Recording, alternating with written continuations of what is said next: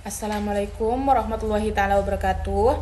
Saya Zainatul Hairiyah. Pada kesempatan ini saya akan mempresentasikan blueprint strategi transformasi Bank Nusantara Makmur menjadi bank hybrid, yaitu bank yang menggabungkan layanan konvensional dan digital agar lebih kompetitif di era digital. Itu latar belakang penelitian ini adalah perubahan perilaku masyarakat yang semakin memilih layanan digital.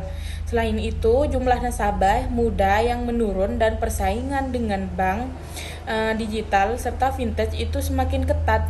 Oleh karena itu, Bank Nusantara Makmur perlu melakukan transformasi menjadi bank hybrid. Nah, slide yang ketiga itu hasil analisis jurnal. Nah, berdasarkan analisis jurnal terdapat 3 poin utama. Yang pertama itu digitalisasi sudah menjadi kebutuhan utama. Nah, yang kedua, Gen Z menginginkan layanan yang mudah, cepat, dan aman. Nah, yang ketiga itu keamanan serta kepercayaan menjadi faktor penting utama untuk menjaga loyalitas nasabah. Nah, yang slide keempat ini menjelaskan tentang blueprint strategi transformasi. Nah, blueprint transformasi dilakukan melalui 4 pilar utama, yaitu yang pertama pengembangan SDM, terus yang kedua strategi pemasaran, terus yang ketiga teknologi, serta pengawasan dan manajemen risiko. Keempat pilar ini itu saling mendukung agar bank dapat memberikan layanan yang lebih modern, efisien, dan berorientasi kepada kebutuhan nasabah. Terus yang slide 5 itu menjelaskan tentang strategi SDM. Nah, pada aspek SDM, bank perlu meningkatkan kompetensi karyawan melalui pelatihan digital, terus membangun budaya kerja yang adaptif, serta merekrut talenta yang memiliki kemampuan di bidang teknologi agar siap menghadap transformasi digital. Terus yang ke slide ke-6 itu strategi pemasaran.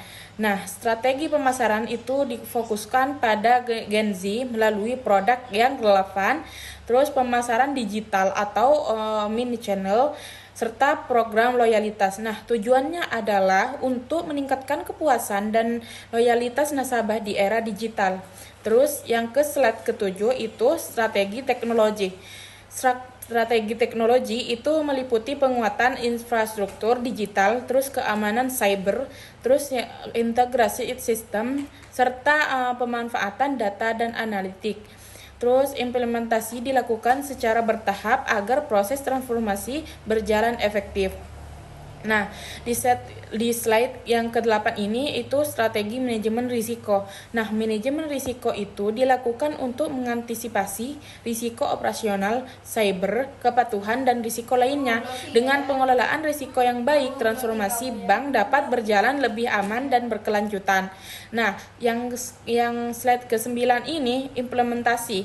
Nah, implementasi ini dilakukan melalui 4 tahap. Yang pertama itu persiapan, terus yang kedua pengembangan, terus yang ketiga pelaksanaan dan evaluasi.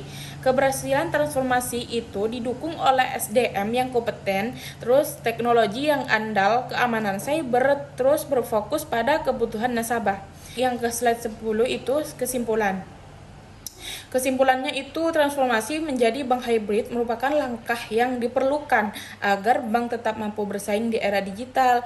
Rekomendasinya adalah melakukan transformasi secara bertahap, meningkatkan keamanan cyber, mengembangkan kompetensi SDM, terus berfokus pada kebutuhan Gen Z, serta terus melakukan inovasi produk dan layanan.